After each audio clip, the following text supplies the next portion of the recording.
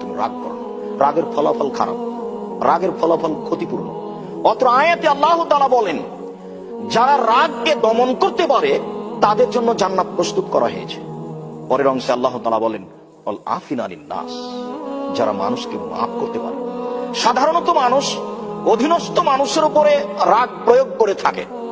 মানুষ যখন তার অধীনস্থ মানুষকে মাফ করতে পারে, বা যারা ক্ষমতাশীল হওয়ার পরেও ক্ষমতা প্রয়োগ করে না, মাফ করে দেয়, এদের জন্য আল্লাহ তাআলা জান্নাত প্রস্তুত করে রেখেছেন। সম্মানিত মসজিদের মুসাল্লি, অত্র আয়াতে আল্লাহ তাআলা জান্নাত প্রস্তুত করে রেখেছেন যেসব মানুষের জন্য, সেসব মানুষের তিনটি গুণের কথা বলেছেন।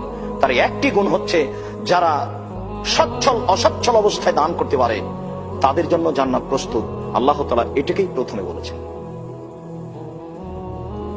আল্লাহ তাআলা অন্যত্রে বলেন, ওমা ইউকা শুহা নাফসিহি,